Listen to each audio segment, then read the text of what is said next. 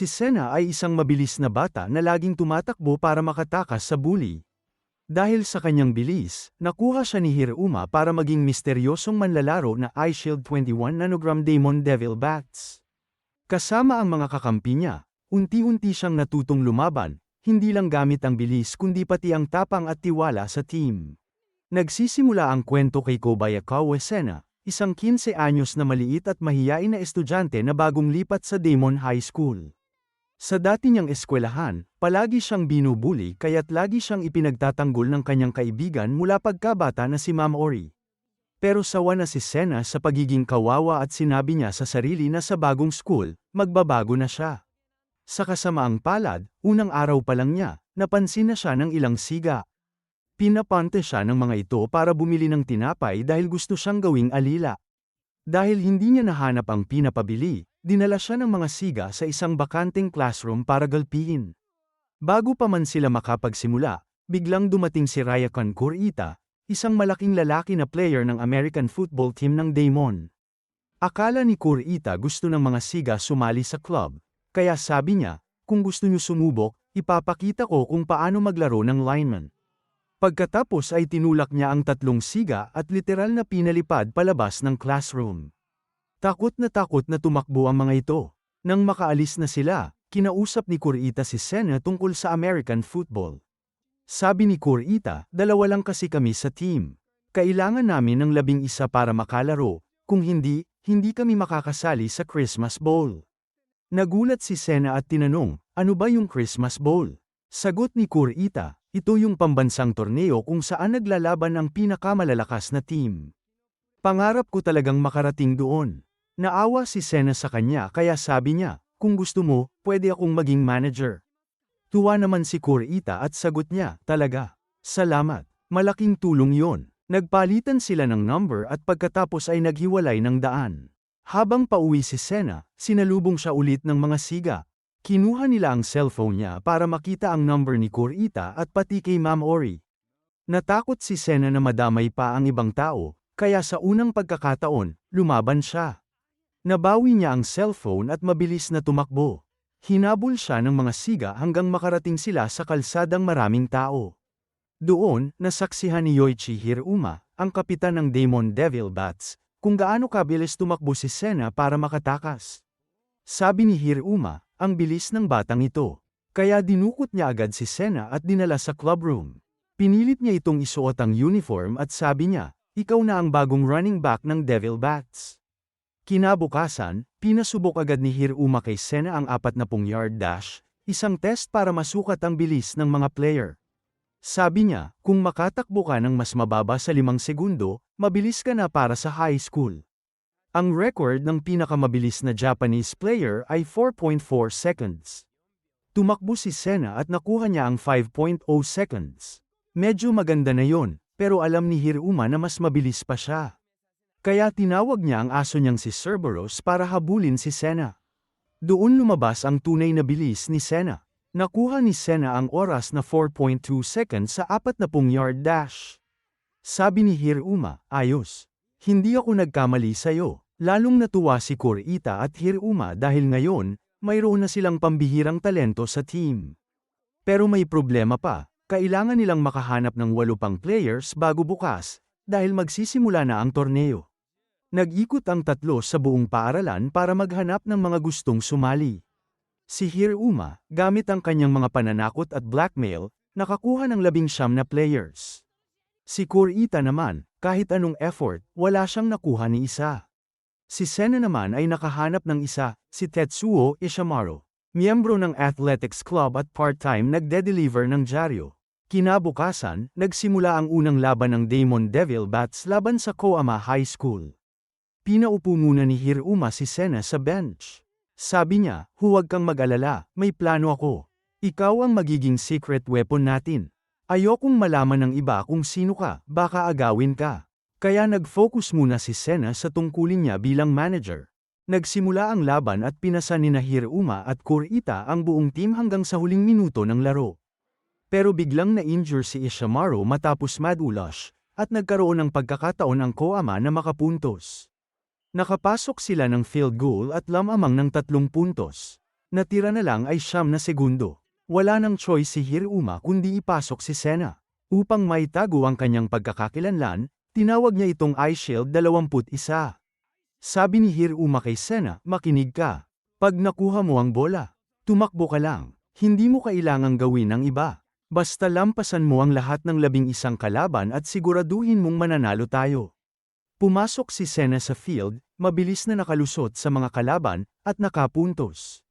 Panalo ang Damon Devil Bats sa kanilang unang laban. Pagkatapos ng laro, nag-aalala si Ma'am Ori. Sabi niya, ginagamit ka lang ni Hiruma. Baka mapahamak ka. Kaya nagdesisyon siyang sumali sa club bilang manager, para maprotektahan si Senna. Sa susunod na round, nakaharap ng Devil Bats ang isa sa pinakamalalakas na koponan sa buong bansa. Ang Ojo White Knights. Ang star player nila ay si Seijuro Shin, isang linebacker na kilala bilang pinakamabilis na manlalaro sa torneo, tumatakbo ng 4.4 seconds kahit hindi siya running back. Ang trabaho niya, hulihin ang mga runner at pigilan ang short passes. Nagsimula ang laban. Sa pagkakataong ito, pinasok na agad si Senna mula umpisa. Sa kanyang unang takbo, nakalusot siya at umusad ng maraming metro dahil sa galing niyang umiwas. Pero nagkamali siya, hawak niya ang bola ng mali kaya nabitawan ito. Mabuti na lang at agad kinuha ni Kurita ang rebound para mailigtas ang team. Pagkatapos nun, nilapitan siya ni Hiruma. Sabi niya, mali ang hawak mo sa bola. Ganito dapat. At tinuruan niya si Senna kung paano hawakan ng tama. Sa susunod na play, muling ipinasa sa kanya ang bola. Ngayon, hawak niya ito ng tama at dumiretso siya sa end zone. Nakascore ng touchdown si Senna at nakuha ng Devil Bats ang kanilang unang puntos laban sa White Knights. Nagulat ang Ojo White Knights. Hindi sila makapaniwala na isang tulad ng Damon, na itinuturing nilang mahina, ay nakakauna sa laban. Kaya ipinasok nila agad ang kanilang pinakamalalakas na players upang makabawi. Naghanda ang Damon ng depensa laban sa Ojo White Knights. Isang play ang pinlano nila kung saan gagamitin ni Senna ang kanyang bilis para seluhin at putulin ang pasa ni Takami. Pero hindi ito nagtagumpay dahil nabitawan ni Senna ang bola. Mabuti na lang at nasalo ito ni Hiruma sa tamang oras, tumakbo ng ilang metro, at ibinalik muli ang bola kay Senna. Muling kumari pa si Senna at nakalusot sa ilang depensa, pero bago siya makarating sa end zone, naitulak siya palabas ng field ng player #83 ng White Knights. Naiwan ang Damon sa 13-yard line mula sa goal line. Ayaw ng coach ng White Knights, si Shuei, na makapuntos muli ang Damon, kaya pinasok niya ang pinakamalakas nilang sandata, si Seijuro Shin.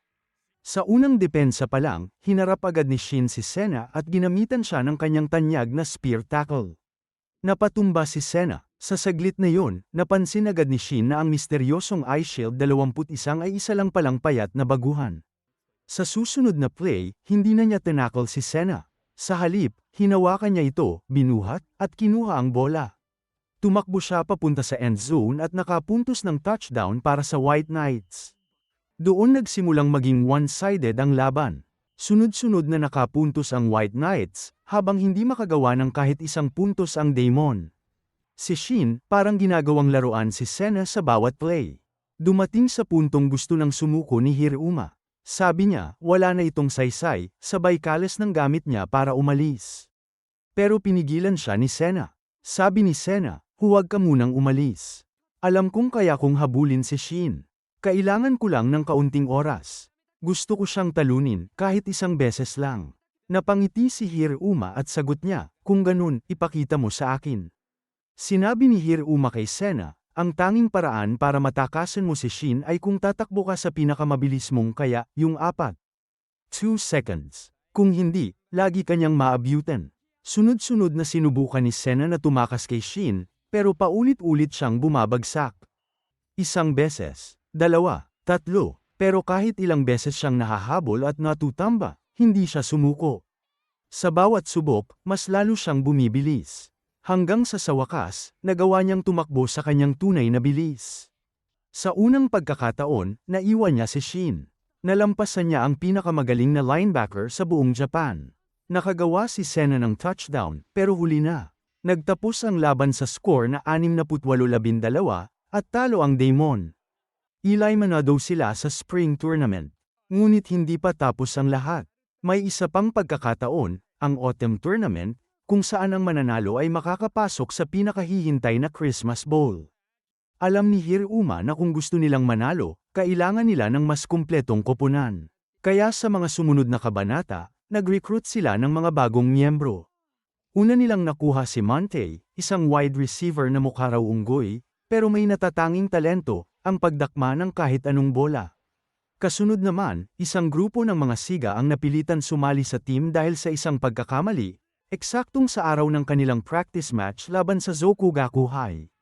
Dito unang nasal-ayan ang galing ni Hiruma sa pagpasa, dahil may maaasahan na siyang receiver. Si Monte ay nakapuntos ng ilang beses, at si Sena naman ay nagpatuloy sa pagpapakita ng kanyang bilis. Sa laban kontra Zokugaku, nagkaroon ng matinding sagupaan si Sena laban kay Rui, ang linebacker at kapitan ng kalaban. Sa umpisa, natakot si Sena dahil sa bigat at lakas ng mga tackle ni Rui. Pero nang makita niya kung paano bugbugin si Monte sa field, naisip niya na wala na siyang ibang choice. Kailangan niyang lampasan ang takot niya at harapin si Rui. Muli silang nagduelo. Sa pagkakataong ito, buong lakas na tumakbo si Sena at nakalusot. Sa huli, nakuha ng Damon ang panalo sa score na 46-28. Bago magsimula ang laban, nakipagpustahan si Hiruma kay Rui. At dahil natalo ang Zokugaku, buong team nila ay naging parang alipin ng Devil Bats, gagawin nila lahat ng ipapagawa ni Hiruma. Kinabukasan, dagsa ang mga estudyante sa clubroom ng Damon. Lahat ay na-inspire kay iShield 21 at gustong sumali. Dahil sobrang dami ng gustong pumasok, gumawa si Hiruma ng kakaibang trial. Kailangan nilang umakyat sa Tokyo Tower habang may bitbit na yelo, bago ito matuno. Ang unang nakatapos ay sina Monte, si Daikichi, at ang kambal na si Jumanji at si Kuroki. Ang pinakahuli namang umabot sa tuktok ay isang kalbo na halatang seryoso, si Manabu Yukimitsu. Ngayon na may dagdag na miyembro, pinaigting ni Hiruma ang training. Pinilit niyang kabisaduhin ng lahat ang iba't ibang ruta ng plays para mas gumanda ang opensa ng team. Matapos ang ilang araw na ensayo, nagpunta sila para manood ng Spring Tournament Finals, kung saan naglaban ang Ojo White Knights at ang Cebu Wild Gunmen. Ang Cebu ay kilala sa passing game nila. Salamat sa galing ng kanilang quarterback na si Kengo Mizumaki at sa husay ng wide receiver na si Taro Raimon. Pantay ang laban sa simula, pero sa huli, nanalo ang Ojo sa lamang na 1 puntos lamang. Malaking dahilan nito ay nagkaproblema si Raimon sa tiyan kaya kinailangang lumabas ng laro. Kung hindi nangyari yon, baka ibang resulta ang lumabas. Nakita ni Sena at ng iba pang Devil Bats kung gaano kahalaga ang maayos na pagtakbo ng ruta, kaya lalo nilang sineryoso ang training. Halos lahat ay porsigido, maliban sa kambal na sina Jumanji at Kuroki. Madalas silang lumiban, at ito'y labis na ikinagalit ni Daikichi, dahil alam niyang pangarap ni Kurita na magkaroon ng mga kasama sa linya na tapat at seryoso. Nagbago ang lahat ng makasalubong nila ang mga players ng Taiyo Sphinx, ang susunod na kalaban ng Damon. Hindi dapat sila ang makakalaban. Pero minanipula ni Hiruma ang database ng liga para mapalitan ng Damon ang Taiyo sa isang friendly match kontra sa isang American team. Siyempre, ikinagalit ito ng Sphinx, kaya nagkasundo na magkaroon muna ng laban sa pagitan nila at ng Damon para magdesisyon kung sino ang makakaharap ng mga Amerikano. Narinig ng kambal na si Jumanji at Kuroki kung paano sila kinukutya ng mga players ng Taiyo. Dahil pikan at mainitin ang ulo, agad silang naghanap ng gulo. Ngunit mas malalakas ang Sphinx. At agad silang pinabagsak. Lubos na nainsulto ang kambal. Sa sobrang inis, nagpa siya silang mag-training ng seryoso, para makabawi sa laro at patunayan ang sarili. Kaya bumalik sila sa Damon at sumama na ng buo sa ensayo. Makalipas ang ilang araw, nagtungo ang Devil Bat sa eskwela ng Taiyo Sphinx para sa kanilang practice match. Doon nalaman ni Sena na ang mga players ng Sphinx ay mukhang mga Egyptian dahil obsessed ang principal nila sa kulturang yun. Pero sa katotohanan, puro Japanese lang sila. Ang Taiyo Sphinx ay kilala sa buong bansa dahil sa kanilang matibay na defensive line, pinakamalakas sa buong Japan. Kaya't ang resulta ng laban ay nakasalalay sa kung kaya bang tumagal ni Kurita, Daikichi, at ng kambal na sina Jumanji at Kuroki. Pagsisimula pa lang ng laban, pinakita agad ng Taiyo kung bakit sila kinatatakutan. Para bang walang hirap nilang naitulak at na-overpower ang linya ng Daemon.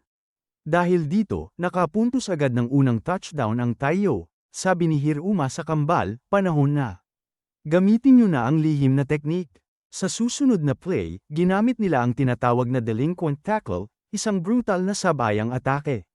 Sa lakas nito, natalo nila ang lineman ng Taiyo at nabasag ang depensa, kaya't nakarating sila kay quarterback Joe Carao at nakuha ang bola.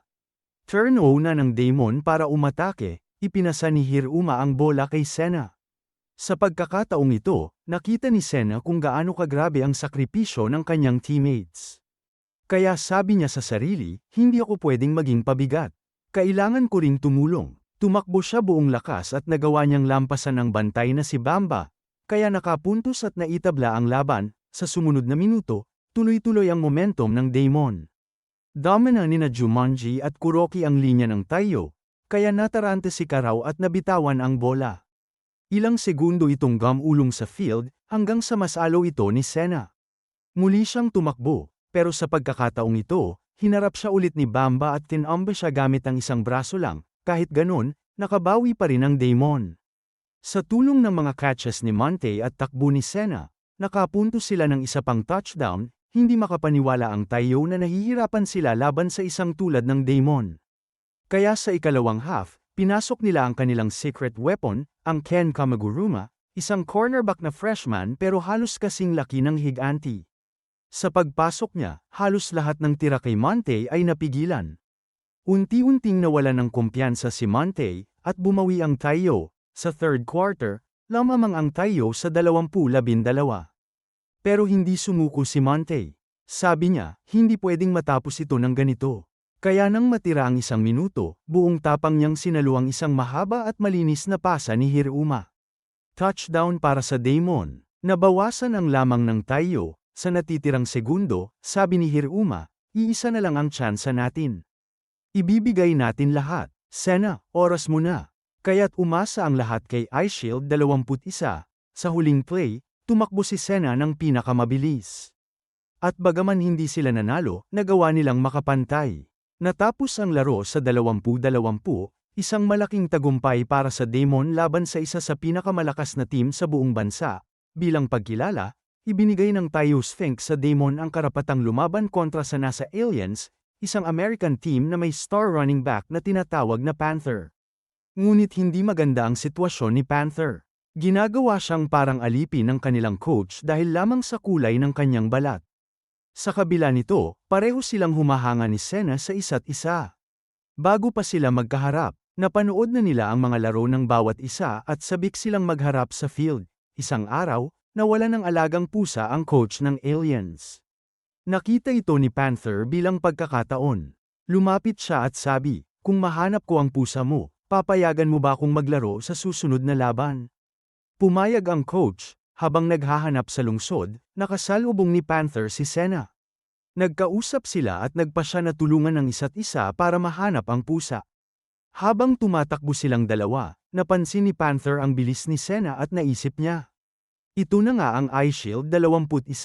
Sa tulong ni Senna, natagpuan nga ng Moreno ang pasang nawawala. Pero sayang lang, dahil hindi tinupad ni Apollo ang usapan, hindi pa rin siya binigyan ng uniforme para makalaro. Nagsimula ang laban, at agad ipinakita ng Aliens kung bakit tinatawag itong American football. Sa unang play pa lang, bumomba na sila ng isang touchdown gamit ang kanilang pamatay na teknik, ang rocket pass. Sinubukan ng Daemon pigilan si Homer sa pagpapakawala ng mga long pass gamit ang blitz, isang taktika kung saan diretsyo nilang inaatake ang quarterback. Pero pumalpak ang plano. Tinangklang ni Homer ang tackle ni Senna na parang walang nangyari. Tapos naglabas pa ulit ng rocket pass para sa isa na namang touchdown ng Aliens. Napagtanto ni Senna na hindi uubra ang simpleng blitz. Kaya gumamit siya ng change of pace para gulatin si Homer. Sa susunod na pagkakataon, umatake ulit si Senna, at tagumpay. Dahil dito, nagkaroon ng momentum ang Daemon at kahit paano'y napigilan nila ang opensa ng Aliens. Dito na pumasok ang plano ni Hiruma, inutusan niya ang Haha Brothers na gumawa ng S.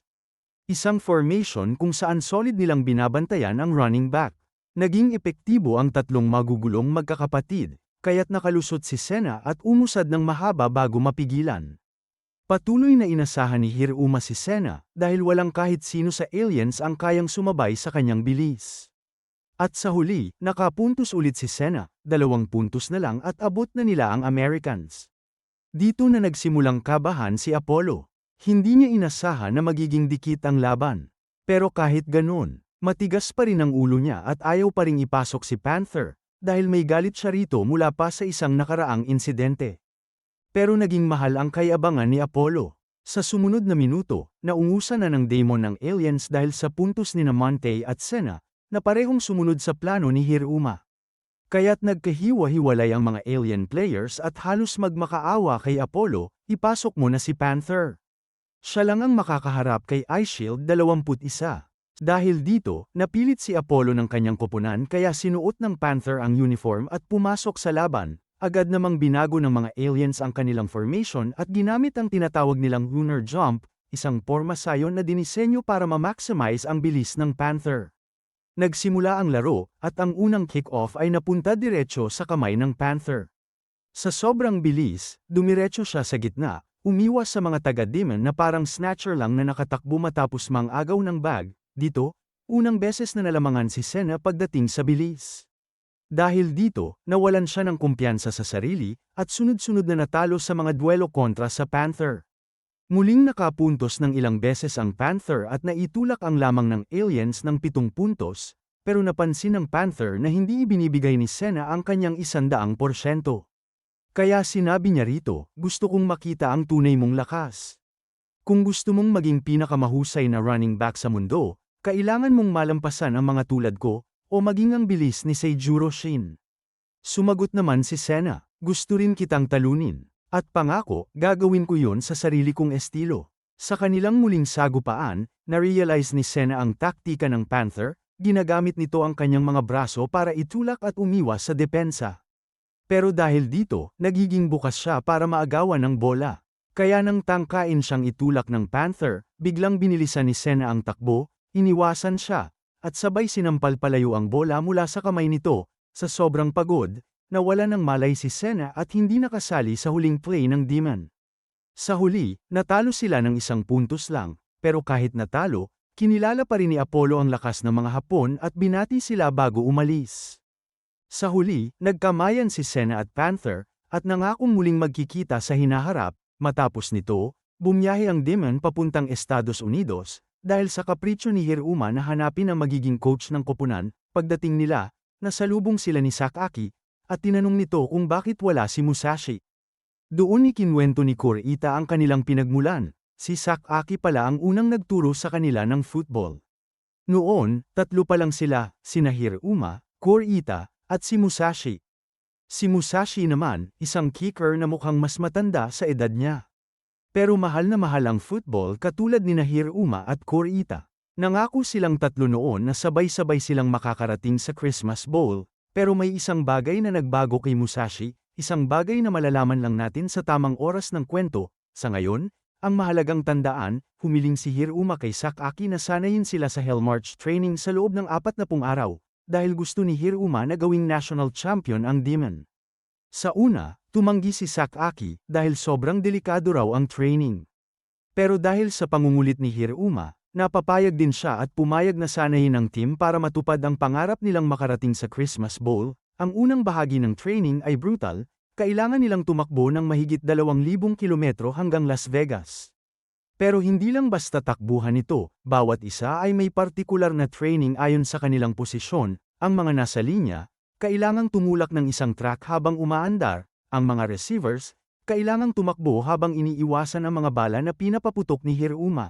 At si Senna, kailangan tumakbo habang tinutulak ang isang bato. Bakit? Dahil natuklasan ni Sakaki ang nakamamatay na kahinaan ni Senna, bumabagal siya tuwing titigil para umiwas. Kaya idinisenyo niya ang training na ito para matanggal ang butas sa estilo ni Senna. Sigurado siya, kapag nakaya na ni Senna ito, magiging isang higanteng halimaw siya sa field. Habang abala si Senna sa training kasama ang kanyang bato, muling nakasalubong niya si Taki, isang babaeng una niyang nakilala sa filler episode, na hindi pala totoong filler. Sinabi ni Taki na pupunta siya sa Amerika para hanapin ang kanyang kuya. Si Natsuhiko, na umalis para maging pro-American football player, tinulungan siya ni Sena sa paghahanap, at natagpuan nila si Natsuhiko habang nagtetest para makapasok sa isang team. Aksidenteng nakasali rin si Sena sa tryout, pero mabuti na rin dahil doon niya na-realize na si Natsuhiko ang missing piece ng Demon, isang all-around player na kayang maglaro sa kahit anong posisyon. Matapos ang practice match, sinabi ng coach kay Natsuhiko na hindi pa siya handa para maging pro, pero malaki ang potential niya. Pinayuhan siyang mag-training pa ng 3 taon at bumalik ulit. Sa huli, inimbitahan siya ng Demon, at doon nakuha ng koponan ang matagal na nilang hinahanap na utility player. Habang patapos na ang 2,000 kilometro run, isang malaking problema ang dumating, nahulog ang truck na tinutulak ni Kurita at iba pa sa isang napakalaking putikan. Akala nila katapusan na ng training, pero hindi pa pala. Dahil biglang gumana ang hidden passive ng mga lalaki, kapag may nakita kang nagtutulak ng sasakyan. Kusa kang tutulong, at doon, kahit mga estranghero ay sumama at tumulong, hanggang sa nagawa nilang maitulak muli ang truck gamit ang pinagsamang lakas, parang apoy na hindi mapapatay. Sa huli, natapos ng buong team ang Hell March training, kahit halos lahat sila ay bagsak sa sobrang pagod. Nang makita ito, sinamantala ni Sakaki ang pagkakataon para isama si Sena at subukan mismo ang resulta ng training niya. Pagbalik nila sa Japan, nagsimula na ang bagong season ng Demon. At dito nalaman nila ang balita, natalo si Ojo White Knights sa Kanto Tournament, kaya ngayon ang pinakamahusay na team sa buong Japan ay ang Shinryu Uji Naga. Dahil sa pagkatalo, nag-focus si Ojo sa training para ma-develop ang mga players nila. Pinakamalaking improvement ang nagmula kay Seijuro Shin, dahil iniwan niya ang trabaho niya bilang modelo para tulungan si Takami na tuparin ang pangarap nitong maging pinakamahusay sa bansa. Samantala, ang Demon Devil Bats ay haharap sa kanilang unang laban sa bagong season kontra sa Amino Institute, isang koponan na gumagamit ng high-tech science para i-maximize ang kakayahan ng mga manlalaro. Bukod pa dito, eksperto rin sila sa pagkuha ng impormasyon, at dahil doon natuklasan nila agad ang kahinaan ng misteryosong iShield 21. Dumating ang araw ng laban. Si Taki pa mismo ang nagdala ng mga cheerleaders para mas lalong maboost ang morale ng Demon. Sa lakas ng suporta, parang ibang team ang Demon kumpara sa simula ng anime. Nagsimula ang laban at agad ipinakita ng Amino ang lakas ng sports science. Si Ayon Aga ay literal na pinatalsik sa ere ang Haha Brothers gamit lang ang brute force. Sumunod, tinarget nila si Hiruma para pigilan ang mga pasa. Sa unang quarter, Amino ang lamang, 7-0, isa pa, wala pa si Sena sa field dahil papunta pa lang siya sa stadium. At dahil dito, tensyonado ang lineman ng Demon at hindi maipakita ang tunay nilang lakas. Ngunit nagbago ang sitwasyon nang ipaalala ni Sakaki sa kanila ang training na ginawa nila sa Amerika, yung pagtutulak ng truck. Naalala nila ang hirap at disiplina, at biglang nagkaroon ng malaking improvement ang linya ng Demon. Nakaya nilang tapatan ang matitinding depensa ng Amino, pero kahit ganoon, hirap pa rin makapuntos ang Demon. Wala si Sena, at tanging si Montaa lang ang natitirang pamatay sundalo nila, kaya predictable ang kanilang laro. Sa bawat atake, nadudurog sila. Sa ikatlong quarter, unti-unti nang bumawi si Hiruma gamit ang kanyang matatalinong pasa. Naipasok ni Ishimaru ang bola para makapuntos ng 6, at sinundan pa ng isang kamanghamanghang catch ni Montaa na naglapit ng score sa 12-16, pero lamang pa rin ang Amino, at sa pinakahuling bahagi ng laro, sakto ring dumating si Sena, iShield 21 na mayroong epic na entrance. Pero imbes na palakpakan, pinagtulungan pa siya ng mga kakampi niya dahil late siyang dumating. Nagpasalamat si Sena kay Rui dahil siya ang tumulong para makarating siya sa oras. At agad niyang binawi ang atraso sa unang play pa lang niya, nakapuntos agad at ginaisang ang buong team. Pagpasok ni Sena, naging unstoppable na ang Demon. Pinangunahan niya ang offense iba, at tinapos nila ang laban na may dominanteng panalo, 3-6-14, kontra Amino. Sa kabila ng panalo, nanatiling malaki ang kahinaan ng Demon, wala silang kicker para sa extra points. Dahil dito, sinubukan ni Sena at Montaa na kumbinsihin si Musashi na bumalik. Pero tumanggi siya, dahil abala siya sa trabaho. Bago ang susunod na laban, sumali ang Demon sa isang training camp kung saan nakalaban nila ang mga matatanda. Doon, muling nagtagpo sina Sena at Shin. Para bang nagkaintindihan sila sa isip, isang tahimik pero matinding hamon. Ipapakita ni Sena ang bago niyang teknik, ang Ghost Run, laban sa pinakamalakas niyang karibal. Hindi nag-atubili si Shin na magsuot ng uniform. Para sa kanya, si iShield 21 ang tunay na karibal na dapat niyang talunin. Sa umpisa, pinigilan ni Sena ang sarili. Ipinagbawal kasi siya ni Hiruma na ipakita ang bagong teknik sa labas ng opisyal na laban. Dahil dito, dinodomina siya ni Shin at talo siya sa bawat duelo. Nang makita ito, naawa sina Montaa at ang iba pang teammates kay Sena. Kaya sinabi nila, kalma ka na lang, Sena. Kalimutan mo ang sinabi ni Hiruma. Ipakita mo ang lahat ng kaya mo. Na-realize ni Sena na tama sila. Kaya sa susunod na sagupaan, ginamit niya ang Ghost Run. At nang seryoso na siya, kahit si Shin ay hindi makasabay. Lamang si Sena at nalampasan ang defensive genius ng White Knights. Pero sa ikatlong duelo, naka-adjust si Shin. Napagtanto niya na para mahuli si Sena, kailangan niyang alisin lahat ng ibang iniisip at mag-focus lang sa eksaktong timing ng pagbabago ng bilis. At doon, nagawa niyang pigilan ang Ghost Run ng iShield 21, natapos ang scrimmage, at na-realize ni Sena na malayo pa para tuluyang mapino ang teknik niya. Nangako siyang magpapalakas pa bago muling makaharap si Shin. Pagbalik sa Autumn Tournament, nakaharap ng Damon ang Yuhi Gods, isang team na pinalitan ng puro higanti ang original players para lang makasali. Sa simula, lamang agad ang Gods, nakapuntos sila ng 7 madaling puntos gamit lang ang pisikal na lakas, pero agad bumawi ang Damon. Sa susunod na play, nakapuntos ng 6 matapos gamitin si Montaa bilang distraction, kaya nakalusot si Natsuhiko Taki sa end zone. Habang tumatagal, nagsimulang lumitaw ang kakulangan sa karanasan ng bagong players ng Gods. Sunod-sunod silang nabiktima ng mga trick plays ni Hiruma. Sa sobrang gulo ng laro, nadami na sila ng Damon hanggang sa napahiya at kusang sumuko sa laban. Sa huli, pinasok ng coach ang original na players ng Gods, pero mas mahina pa sila kaysa sa mga pinalit. Wala silang nagawa laban sa umaalab na Damon offense. Matapos makalusot sa second round, pumasok na sila sa ikatlong round. Pero bago yun, nagpa siya ang buong koponan na panuorin muna ang susunod na malaking laban ng Poseidon at Ojo White Knights. Interesado si Kurita dito dahil isa sa kanyang matalik na kaibigan, si Niyama, ay naglalaro para sa Ojo Deer, at yun na ang huling taon niya sa high school football. Sa simula, lamang ang mga Deer at tila madali para sa kanila ang laban. Pero nagbago ang lahat nang pumasok sa field ang dalawang higanti ng Poseidon, Sean at Kengo. Agad nilang binaliktad ang daloy ng laban, at sa huli, nanalo ang Poseidon sa iskor na 31-14, parehong mayabang sina Sean at Kengo. Hindi nila pinapansin ang kahit sinong hindi kasing tangkad nila. Para sa kanila, sapat na ang height at brute force para dominahin ang football. Dito nagsimulang kabahan si Sena. Kasi totoo naman, mas matangkad ng mahigit 35 centimeters ang mga higanti ng Poseidon kumpara sa kanya. Pero kinausap siya ni Shin, at napagtanto niya, hindi lahat nakabase sa laki, importante rin ang bilis, taktika, at puso sa laro. Upang patunayan ito, hinarap ni Sena si Sean suot ang kanyang iShield 21 uniform. Pero nang makita siya, sinabi agad ni Sean, hindi ikaw ang tunay na iShield 21.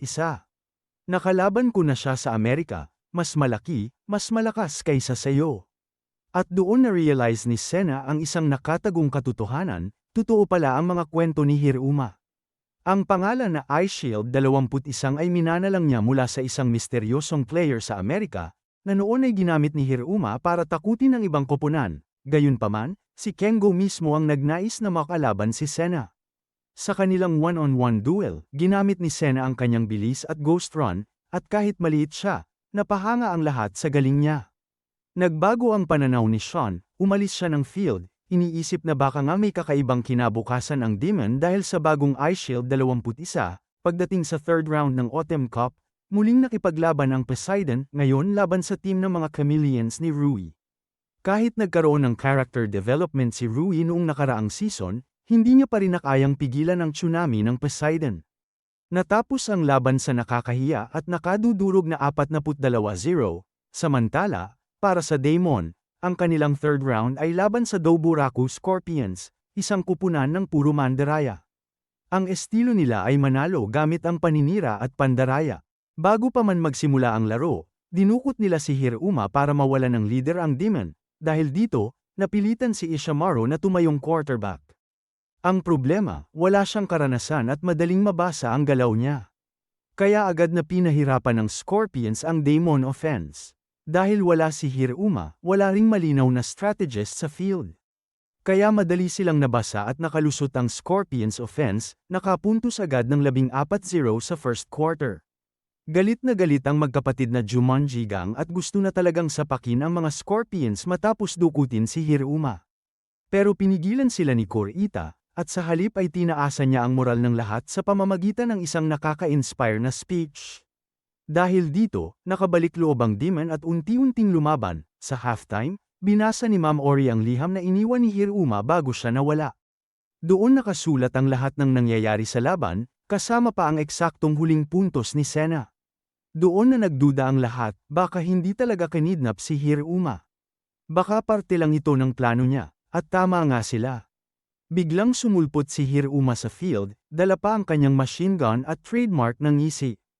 Mula doon, hinarap niya ang kapitan ng Scorpion sa isang battle of wits.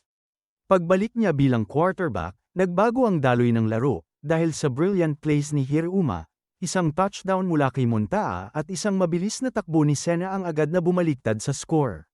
Sunod-sunod ang puntos hanggang sa tuluyang duminahin ng Daemon ang Scorpions. Tinapos nila ang laban gamit ang bagong bersyon ng kanilang signature play, Power Up Devil But Ghost 21, sa panalong yun, pasok na ang Daemon sa quarterfinals. Kung saan makakaharap nila ang makapangyarihang Poseidon. Pero bago pa magsimula ang laban, binyuli sina Sean at Kengo si Komusubi. Tinawag nila siyang dwarf at sinabing wala siyang silbi bilang lineman dahil sa kaliitan niya. Tinamaan si Komusubi sa pinakasensitibo niyang insecurities. Kaya't bigla siyang nawala, iniwan ng team at nagkulong sa sarili. Nang malaman nito, agad na naghanap ang buong Daemon team. Natagpuan nila si Komusubi sa tuktok ng bundok. Dito siya hinarap ng Jumanji Brothers. At sa halip na puro salita, pinukpok nila ng suntok ang kanyang pride hanggang maintindihan niya. Mahalaga siya sa Demon Defense, maliit man o malaki ang katawan. Mula doon, nag-training mag-isa si Komusubi para ma-develop ang panlaban niya sa mga giants ng Poseidon. Nagawa niyang lumikha ng isang bagong teknik na kayang mag-angat ng kahit sinong kalaban. Gaano man kalaki, dumating ang araw ng laban, Daemon Devil Bats vs. Poseidon. Sa unang play pa lang, pinatunayan na agad ni Komusubi ang bunga ng kanyang training, inalis niya si Kengo sa linya gamit ang bagong teknik niya. At binuksan ang butas para makatakbo si Senna at makakuha ng ilang yarda. Pero hindi nagtagal, nag-adjust si Kengo. Ginamit niya ang kanyang Narador stance, binaba ang center of gravity, at pinakita kung gaano talaga siya kalakas.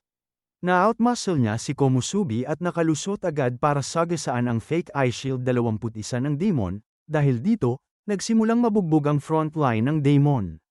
Si Komusubi nado-dominate ni Kengo, si Montei nahihirapan rin dahil sa height disadvantage niya laban sa mga higanti ng Poseidon. At mukhang anytime, makakascore na ang Poseidon, pero biglang lumaban ang trio de Inanos, sina Komusubi, Montei, at Senna. Kahit puro malalaki ang kalaban, pinakita nila ang puso ng mga underdog, kahit ganun, hindi pa rin madali. Si Sean mismo ang nagbantay kay Senna, at tinawag pa siyang fake eye shield 21. Nag-init ang ulo ni Senna, pero hindi siya makalusot sa pader ng Poseidon defense. Dahil dito, unang nakascore ang Poseidon sa pamamagitan ng run ni Coban, tapos nadagdagan pa ng isa pang touchdown, 1-4-0 na ang lead nila. Dito na nagdesisyon si Hiruma na ilabas ang secret weapon, ang wishbone formation. 3 running backs ang nasa likod niya, kaya may option siyang tumakbo, ipasa, o i-hand off depende sa sitwasyon. Gamit ang bagong forma, pinaganya ulit ni Senna ang kanyang Devil But Ghost. Nakalusot siya sa defense at naipasok ang bola sa end zone. Nabuhay ang Daemon, pero dahil sablay ang conversion, 1-2-14 pa rin sila. Lamang ang Poseidon. Pagpasok ng second half, uminit lalo ang laban. Si Sean naglabas ng bagong defensive move, Moby Dick Anchor. Na-cancel ang ghost ni Senna, at parang nawala ang pinakamalakas niyang teknik. Dahil doon, muling nakontrol ng Poseidon ang laban at halos lamunin ng buong Daemon, pero biglang tumayo ang kalbo na si Ishimaru. Sawa na siyang makita na parang nawawala ng pag-asa ang team.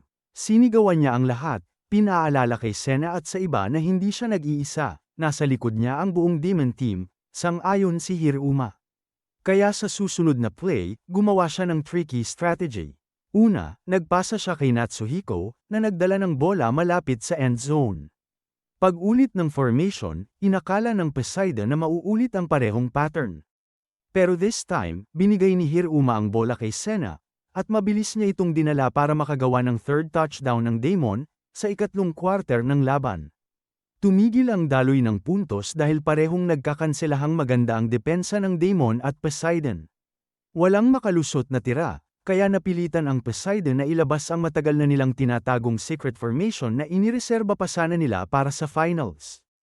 Inilagay nila ang pinakamalalaki nilang player sa likod mismo ng defensive line. Dahil dito, nagawa ng Poseidon na pigilan ang mga pasa ng The Monkey at pati ang mga pagtakbo ni Senna. Sinabi pa ni Sean kay Senna na wala siyang kwenta kung susubukan pa niyang lumusat. Dahil nakalaban na raw niya noon sa Amerika ang tunay na Ice Shield 21, at mas malakas at mas mahusay daw ito kaysa kay Senna. Kaya imposible raw na talunin siya ng isang impostor lang. Muling nakabawi ang Poseidon matapos ang pasa mula kay Koban Same para kay Locke, at umangat sila sa score na 23-18, 2 minuto na lang bago matapos ang laban. Alam ng Poseidon na kapag nakagawa pa sila ng 2-point conversion, wala nang paraan para makahabol ang Demon bago magtapos ang laro. Kaya todo buhos sila para makuha ang dagdag na puntos. Pero alam na alam ni Hiruma ang plano nila. Kaya inutusan niya sina Atsuhiko at The Monkey na bantayan ang pasa, habang siya naman ang baalang manggulo kay Koban Same. Tulad ng inaasahan, natakot si Koban at napuwersang ipasa ang bola sa kanan. Doon agad na intercept ni Netsuki, at sunod naman itong nakuha ni The Monkey, dahil 18 segundo na lang ang natitira, sinabi ni Hiruma kay Senna na nakasalalay lahat sa kanya. Siya na ang bahala para talunin si Sean sa huling play ng laban, sa 2 segundo bago matapos, isang huling atake na lang ang natitira para sa Demon para makuha ang ticket papuntang semifinals. Bagamat halatang si Senna ang aasahan, pinili pa rin ni Hiruma na ipasa sa kanya. Sabay bigay ng matinding motivation, lumipad ka, Senna, lagpasan mo ang mga higanti ng Poseidon, naghanda ang 2 koponan, pumwesto, at nagsimula ang huling play ng laban. Sa tulong ng kombinasyon ng trio of small guys, matagumpay na naipasok ni Senna ang bola at tinapos ng Demon ang laban sa score na 24-23. Pasok sila sa semifinals ng Autumn Tournament. Pagkatapos ng laban, humingi ng tawad si Sean kay Senna dahil minamaliit niya ito noon, tinawag pa niya siyang fake Ice Shield 21 dahil sa tangkad niya. Ngayon, inamin niyang nagkamali siya at umaasang muling makakaharap si Senna sa hinaharap. Kinabukasan, nagulat si Senna nang muling makita ang kanyang matagal ng kaibigan mula pagkabata, si Riku, na siya ring naging malaking bahagi ng nakaraan niya. Si Riku ang nagturo kay Senna kung paano tumakbo noong bata pa sila, kaya sa isang salita, para na rin siyang naging unang coach ni Senna. Nang magkita silang muli, inamin ni Riku na siya ang ace runner ng Seibu Wild Gunman, at sabik na sabik siyang makaharap ang misteryosong Ice Shield 21 sa semifinals. Doon na pagdesisyonan ni Senna na itago ang kanyang tunay na pagkakakilanlan. Gusto niyang makita muna kung gaano nakalakas ang dating mentor niya. Pero nang masaksihan niya ang bilis ni Riku sa laro, nang inig ang tuhod niya sa kaba, hindi naman nagtagal at natuklasan din ni Riku ang sikreto, si Senna nga ang tunay na Ice Shield 21. Tinanong niya kung bakit itinatago pa niya ito, lalo na kay Ma'am Ori.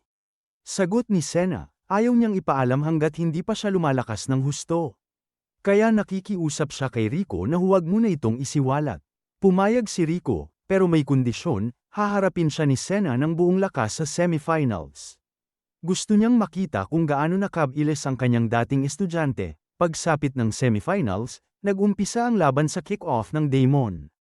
Nakuha agad ni Riku ang bola at agad niyang pinaandar ang kanyang rodeo drive.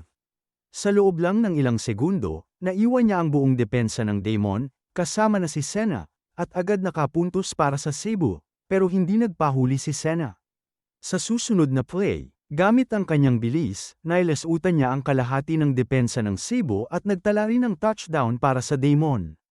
Naging matindi ang bakbakan ng dalawang pinakamabilis sa field, at dumating pa sa punto na halos nakakalimutan na nilang may hangganan ang field dahil sa bilis ng kanilang karera.